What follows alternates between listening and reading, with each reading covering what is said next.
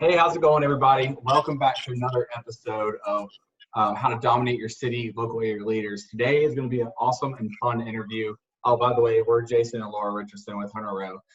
It's going to be an awesome interview today with Ben and CJ with CJB Clean. So, guys, welcome. Thank you guys for coming on. Can't wait to get started with you. Definitely. Thank you. So, I think first things first, Ben and CJB Cleans, how'd you come up with the name? What are you? You want to take that one, CJ? Sure. Me and Ben thought very hard about our name, and we decided that we just want to be something that was it conveyed kind of a professional look, and in the commercial field, didn't want anything that sounded too cliche. So we decided to use our initials, so CJ, my name, and then B for Ben. Boom. I mean, that's as easy as that. Simple. And then you guys were a company. Yeah, pretty simple. Was it like a rock, paper, scissors on which initials went first? Like, how did that happen? Well, actually, I was, not to take CJ's thunder, but I was the one who actually thought it up. And I tried looking at it from some different ways, but it felt better as CJB. Like CJ said, going for the more of that industrial commercial feel as opposed to a residential cleaner. But we also wanted to leave it somewhat vague so that we can do, add in other services as time goes by and as we build the company. Yeah, awesome.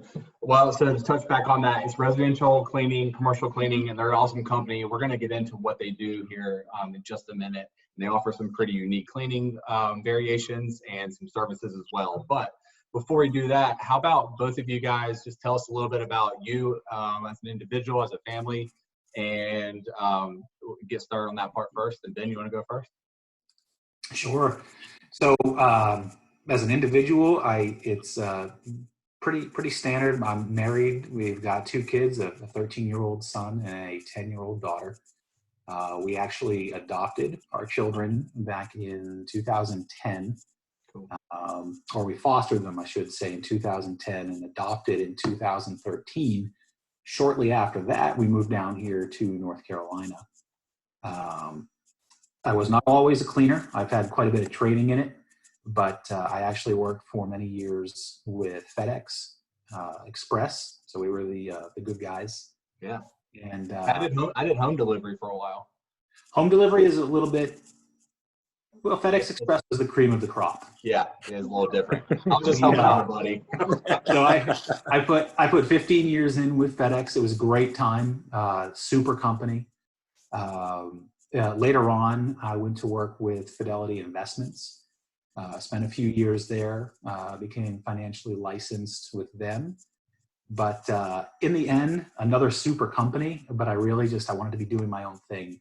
And running a business, doesn't really matter what type of business. If you're looking to build a viable, good business, is a challenge, and I need it. And so we spent a lot of time talking with my wife, praying about things, and eventually we came to this point where we decided, you know what, we're taking the plunge, taking the risk, and we haven't looked back, and we absolutely love the day-to-day. And I want to touch on that too in just a minute. I think that's a very important subject to kind of get back on, like how you guys came together to decide to run your own business. So we'll come right back to that. CJ, how about you? Tell us a little bit about yourself. So I'm CJ. I'm married. My wife's name is Lauren, and we have a 4-month-old, almost 5-month-old Trey. So we are new to the parenting world. So you're fully rested, roaring and ready to go every morning. Right. It is getting better. People keep telling me it's going to get better each month. The start of the 4th month seemed like it was going back downhill, but who's lying to you? I'm just kidding. It seems to be trending in the right direction now. But I went to school at the University of Maryland, and I thought I was going to be a physician assistant. So I was studying biology and kinesiology there. I moved down here and in 2013, and I could not find a job in the medical field. So I quickly took some classes, did some things, and realized that I just didn't want to do that anymore. So I got into the finance world, worked at a couple banks, and then worked for a small fintech company based out of Seattle. Was kind of like in a call center type setting. And just like Ben said, I didn't really like that at all. I wanted to be out in the community. I wanted to be out serving people. I wanted to work for myself. So I can kind of segue into how, me and Ben met and started this thing. Yeah. How did you guys meet, first of all, just in general, before like the conversation over a campfire one night of starting cleaning up? Well, funny enough, and if that's how it went down, then I'm really good. I have no idea, by the way. Well, no, funny enough, we both were building a house around the same time, and in the same neighborhood, and he wanted my lot, and I didn't know him, and I got the lot first. And not make out though. I got the better lot. But Ben ended up getting the better lot. He did, yes. But we didn't know it at the time. Anyway, we had some mutual we know those lots can sell too, don't we, CJ? Yes, we do. We do. We do. Pretty quickly too, in less than a week. So, but anyway, so we connected through a mutual friend. And then we started a small group together in the neighborhood. And at that time, I was working for the fintech company, and Ben was working at Fidelity Investments. And he kind of came to me with this idea. And like he was praying with his wife, I was praying with my wife. And we decided to give it a go about a year, almost 2 years ago now. So yeah, that's awesome. So Ben, what got you to that point? What was going through your head when you were working in, not as an entrepreneur? I mean, clearly you guys want to start your own business, but how did you get to where you're at with that decision, and how much thought went into it and prayer and everything? Well, as much as I liked Fidelity, I don't have any complaints about who I was working for. The reality for me was it came down to I was putting in a lot of hours, which I'm not opposed to, but I'm sitting behind a desk all day. And honestly, I was getting fat. My blood pressure was going through the roof. And I realized I'm bored mentally. Mm-hmm. And that's a big deal, I think, because it was starting to tell me, you know what, if I start if I keep struggling with being bored mentally, am I still going to do 120% every day? And do the right things that they need me to do. And it was in January of 2018 that I was, that's when we really started talking about it. I mean, my wife, getting home late at night, laying in bed, praying with my wife, talking about it. What do we do? Because I don't have education. I did not go to college. I don't have a business degree, right? Most people want to see paper to prove that you can do certain things. So I didn't have any of those things. Yes, I went through getting my financial licenses. I would never want to do that again. It was a lot of work.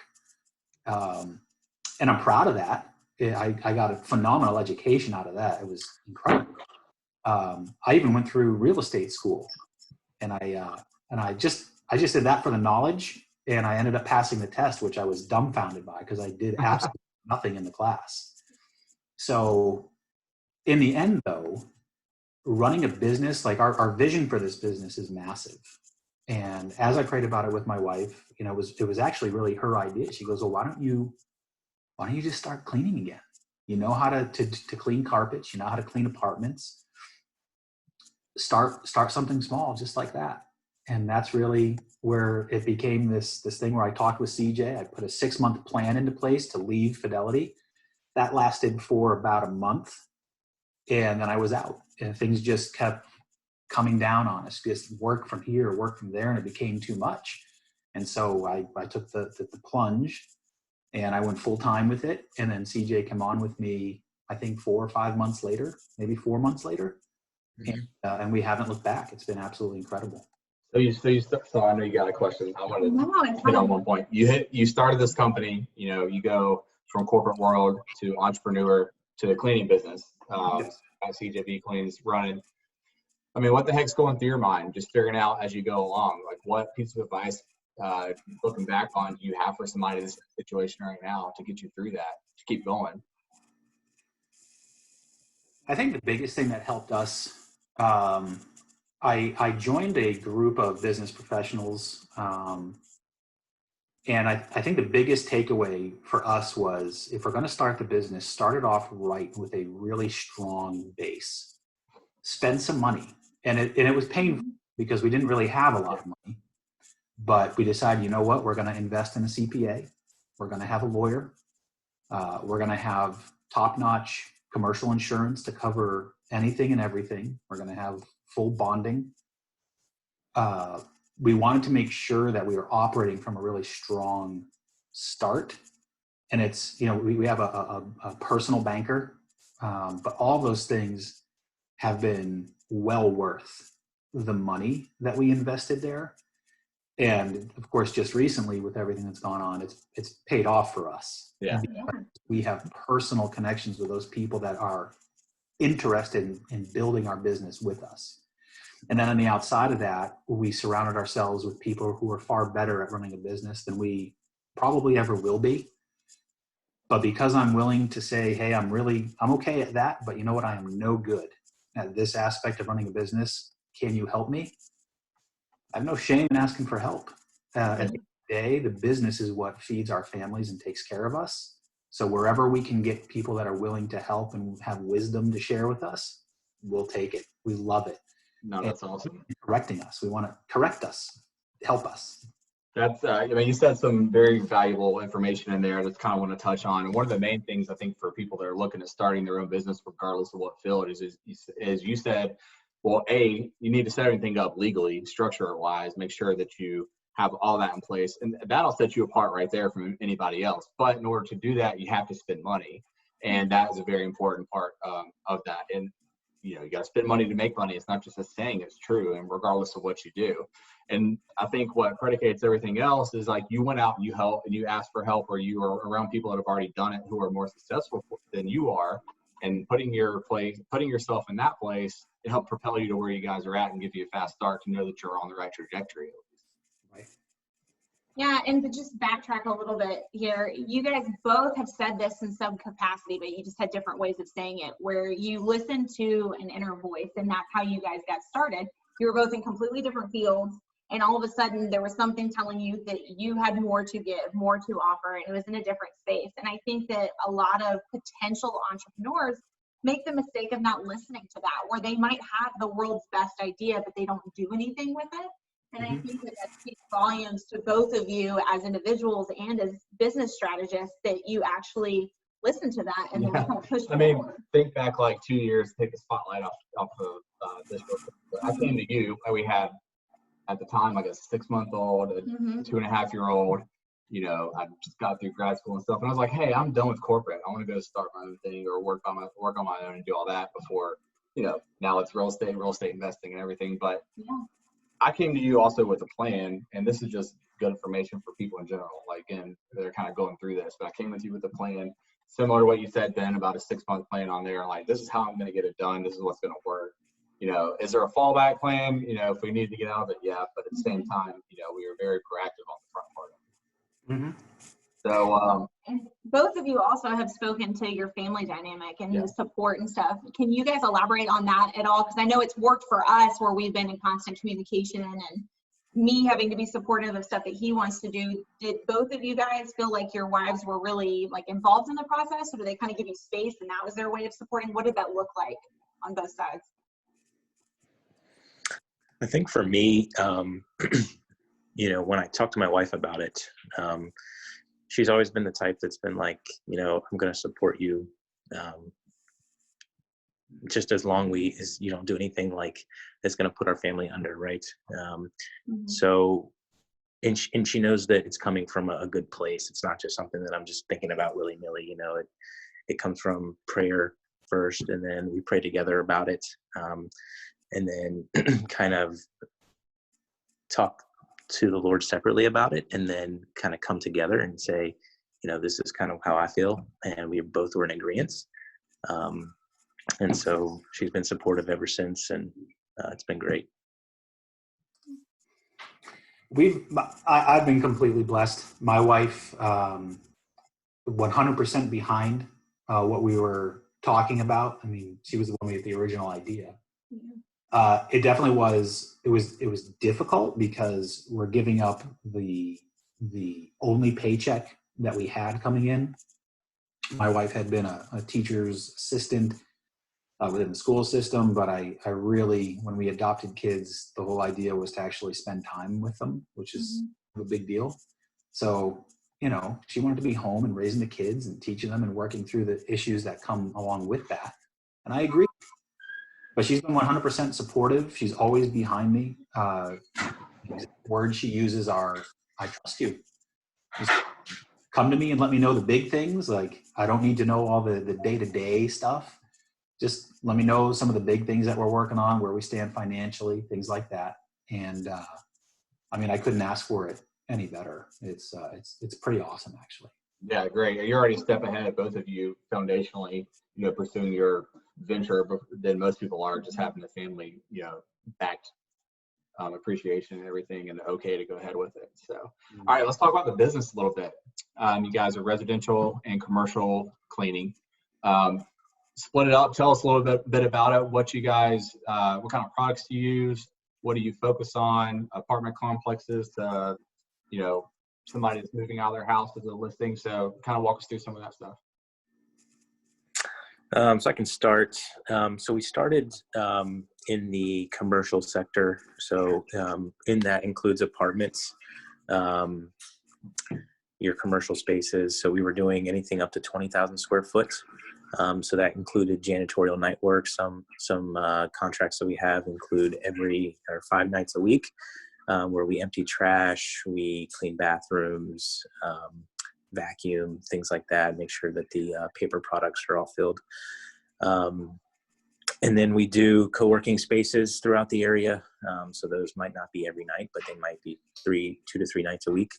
And then just, about 6 months ago, we got into the residential cleaning. So when we got into that, we were doing the apartments. So it's a little bit different than the residential because everything's out of the apartments. There's no furniture. There's nothing like that. It's a different type of clean. So we got into the residential kind of to provide some cash flow for the company. Because when you work in the commercial field, it's usually a net 60 payment, and that can be tough sometimes to make ends meet. So needed some cash flow. So we got into the residential, and that has kind of expanded into a lot of things. We do move-in, move-outs for different realtors in the area. We work for property management companies around the area. And then we also do, biweekly, monthly, weekly cleans for different residents in the area. And then Ben can touch on kind of the ozone stuff that we do, the carpet cleaning, and the new thing that we're getting ready to introduce. Yeah, so CJ gave a great description of what we generally have been doing, but we had purchased an ozone generator maybe 1.5 years ago. The intent for that was, of course, because the ozone generator gets rid of smells. So you have some houses that have pet odors, that once it's been cleaned, we could run that generator to change, in a sense, the atmosphere of that home and remove those odors. But what we also found it does in the last couple of months doing more research with it is that ozone generator also acts as a disinfectant. And so it's a pretty involved process in how it works, and it's kind of hard to understand sometimes, but in essence, it's putting out ozone, which those molecules attach themselves to the molecules that are already in the room, and that oxygen eats away at those viral cells or the bacterial cells, whatever it may be. And with the ozone, of course, it gets all over the place. So it gets into your air duct work. It goes through the entire premises and does a pretty incredible job at sanitizing those places. personally, we don't believe there's anything that is 100%, disinfecting. The reality is, you can do something and walk away, nobody's been there, and then 2 days later, somebody comes in the office who could very well be infected. And it's just a chance that you have. So, but we do offer those services. We know that they're effective services, and we've tried to make it during this time where we're not looking to crush people with anything, because it's been a hard road for many people, including us. But in keeping the prices down and just being honest and forthright with people has been, I think, an awesome thing for us with our clients. So, and just to touch base on what Ben was saying about right now, is we're still, actually the shelter in place has been lifted for Raleigh at least. We're still going through the COVID pandemic, and I know that's probably changed how you guys have had to operate a little bit, at least, maybe going in people's houses or depending on that part. But is there, you guys are an essential business. What has it been like for the past couple of months going through this for you all? It's been a little different. All of our commercial work got suspended. So as I stated before, that was a big chunk of our business. But it seemed like when that happened, the move in, move out cleaning area or sector of the business increased. So we were getting a bunch of calls from property management companies and different realtors to do one-time cleanings. I would say probably 50 to 65% of our reoccurring residential cleanings suspended services, but there were a few that didn't. We had to spend a little bit extra money on PPE, so we had to get some different masks. We always glove up, and we already use like shoe covers and things like that when we come into houses. So that was, things that we've already done. Really, the only other expense we did was, the mask. We already color code our rags, so we use Norwex cleaning system. And we color code our rags, so we're not cross contaminating any between any houses, things like that. So it's almost like we were taking the steps already before this happened. We kind of just added the mask in to that. So yeah. Can you explain a little bit about sorry to interrupt, but about the Norwex cleaning products and stuff to the people out there that are not familiar with them? Sure. So Norwex, when we first got introduced to it, it's kind of hard to believe because it's essentially you're cleaning with water and a rag. And it doesn't really sound right, but they have a backlocking system, kind of like the silver that's in it, that is like a cleaning agent, acts as a cleaning. So they have an enviro cloth that they sell that we use as kind of like the main cloth that we use, and then we use a window cloth to kind of, it's like a shimmy to shine things. But we also use their, the products for like cleaning inside ovens, getting mold and scum off of showers and things like that. They also offer a paste solution that has been really eye-opening in what it does. And at the same time, what it does is it's keeping all of our employees away from the harsh chemicals that, when you clean every day and you're exposed to that. I'm not sure if there's data out there for that, but it just doesn't seem like it's great for you.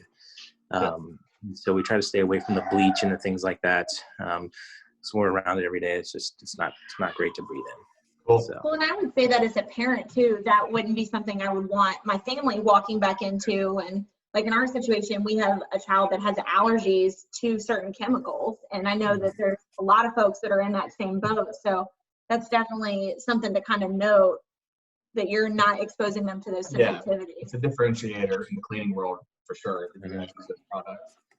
One other thing that we were about to touch on is, it sounds like there's a new venture going on with CJB Clean. So are y'all about to introduce something else to the community? Yeah, I'll let you know. We have been looking at just different ways of diversifying the business to be able to, you need to be able to change things quick if you're going to survive, I think.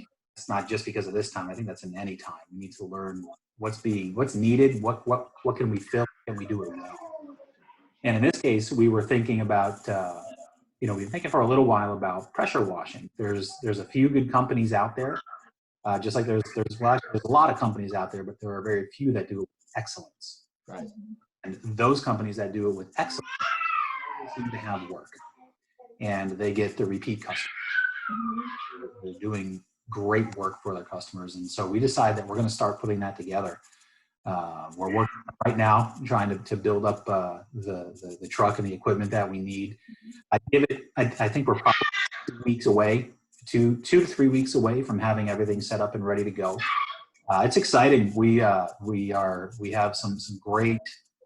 We're blessed because of what we've already been doing, that we've made through networking, that we have a lot of a good base of connections to start with on the commercial side for pressure washing.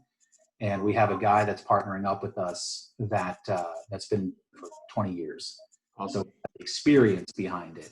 And so we're using him to train us. We need to know. We want to know, take the time. It's going to take time. So, for the first 6 months, we're going to be with him as we go to these jobs to make sure everything's getting done correctly before we go off on our own. Still with him, but able to expand a little bit. But we're totally excited. I think it's going to be one more way that we can clean, inside and now outside your home. Try to be an all-in-one, if you will. Gotcha. And so is that a first or a premiere that you guys are doing pressure washing? Is that one of the first out there in the public? We mentioned it to no one actually, so you should feel very Somebody's excited about it because I hear them in the background. They like that too. So somebody is very excited. That's amazing that a 4-year or a 4-month-old would already know that much about what we're doing. Right? Oh, that's great. Listen, we're still going. We got a few more minutes left before we wrap up, and I'd say you want to go with that question? Oh, well, something you love what you do. Yeah, I think that's important for sure. What's one thing that you guys just genuinely, and you kind of touched on it a little bit, but you genuinely love about what you do? If you had to pick one thing to pull out of it. Well, this might be a little different than what you might be expecting to hear, but there's very much a higher purpose to what we set this business up for. This is going to sound really odd, but I am not looking to be the most profitable business out there. I don't need a boat. I don't need tons of toys to play with. Mm-hmm.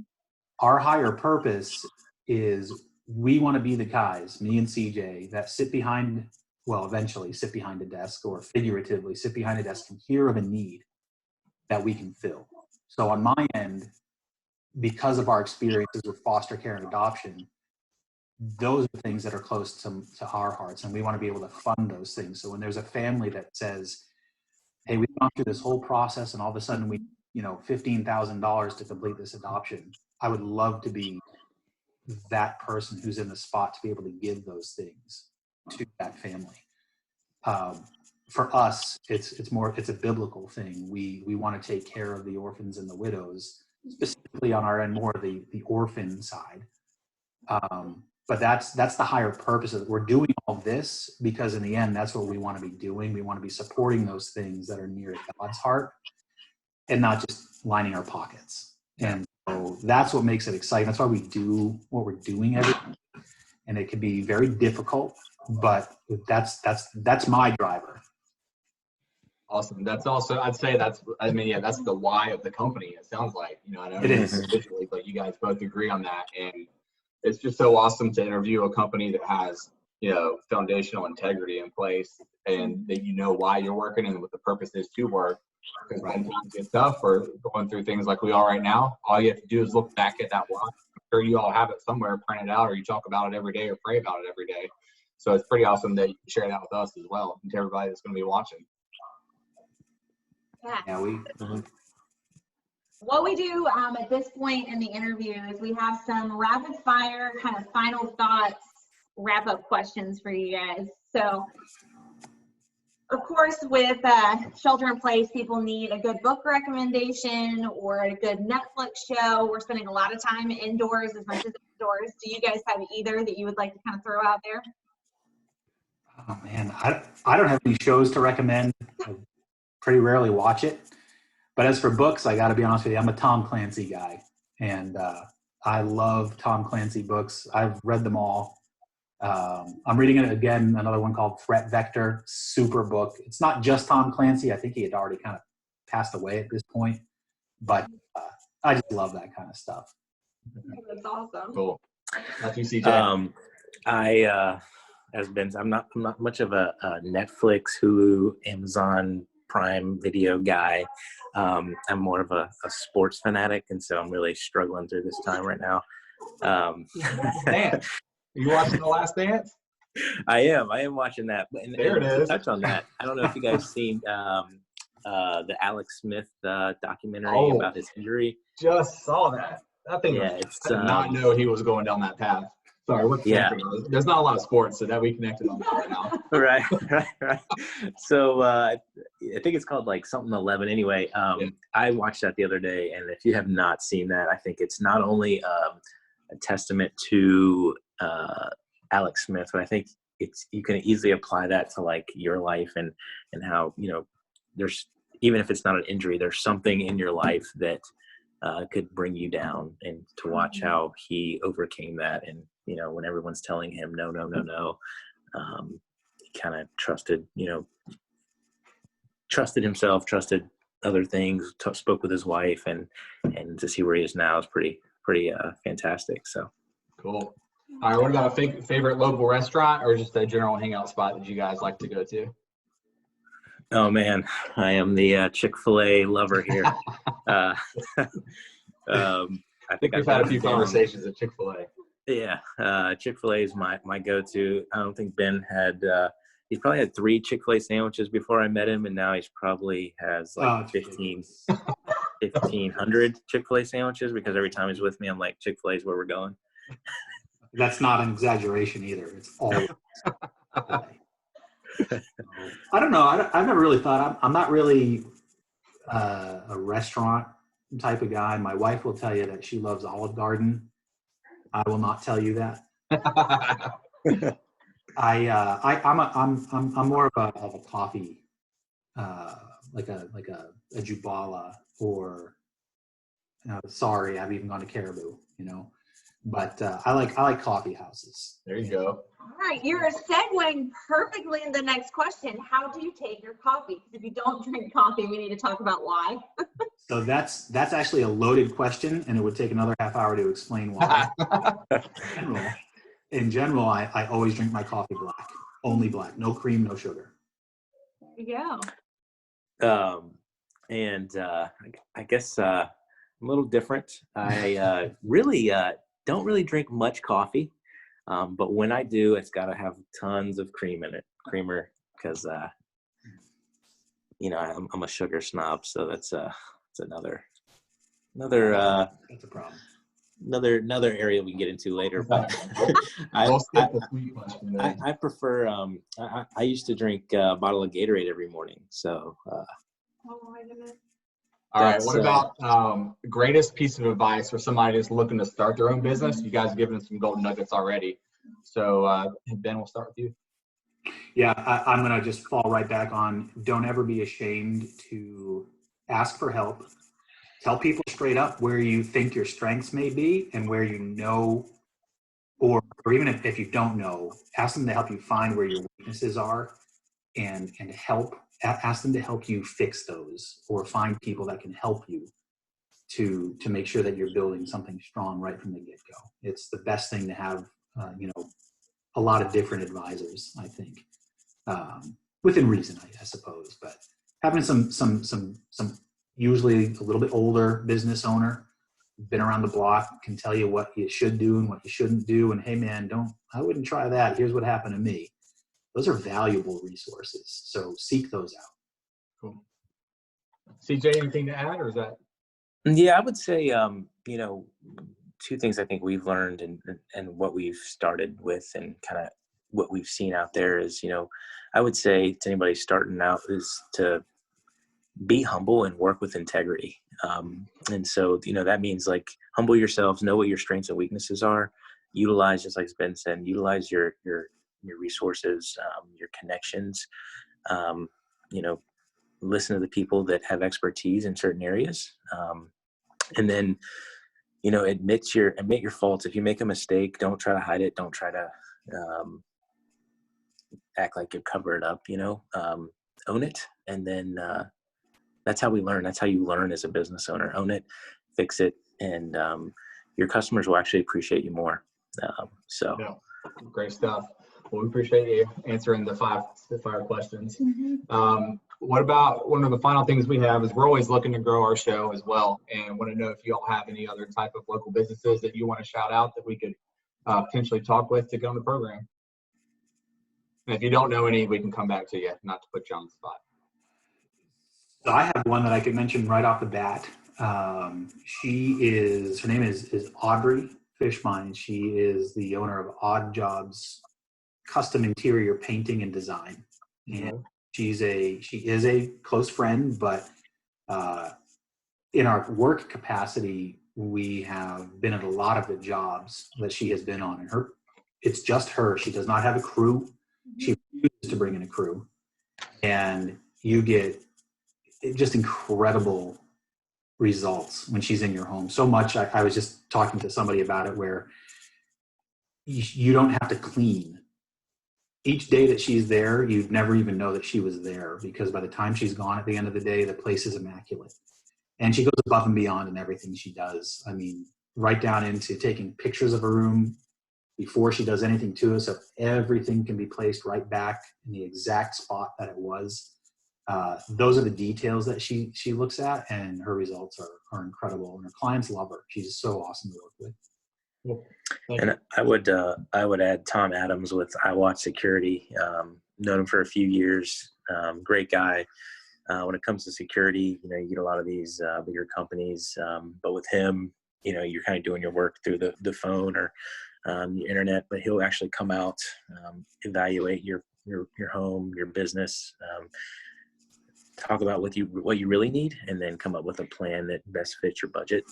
And so I would recommend Tom Adams with Iwatch Security. No, great plug. Spoiler alert, he may be on the books already. Okay, cool. Yes, that was a great one. So guys, you have any other questions? I'll wrap this up. No, this is amazing. Yeah, thank you all so much for coming on the show again. Just to kind of give a little rundown of some of the things that we touched on. You guys went from, day jobs to meeting each other in a neighborhood to creating a company, having these foundational values that are just top notch, and running a company of integrity that is now doing great around the Raleigh, Wake Forest, and surrounding areas and everything. So first of all, congratulations on that. And it's been a joy getting to talk with you all, learn more about you guys today. A couple of key takeaways. Like we said, running your own business is a business. So be sure to put those systems in place, spend the money, get all the titles you need to do before you go out there.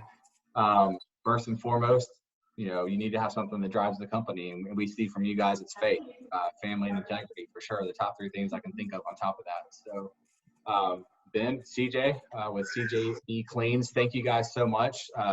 We're going to tag all of your social media handles and everything when we put this video out so people can find you. And we really enjoyed getting to talk with you guys today. Thanks a lot. Super. Awesome. It was definitely awesome talking with you guys as well. Thank you so much. Thank you, Jason and Laura. All right, we'll see you later.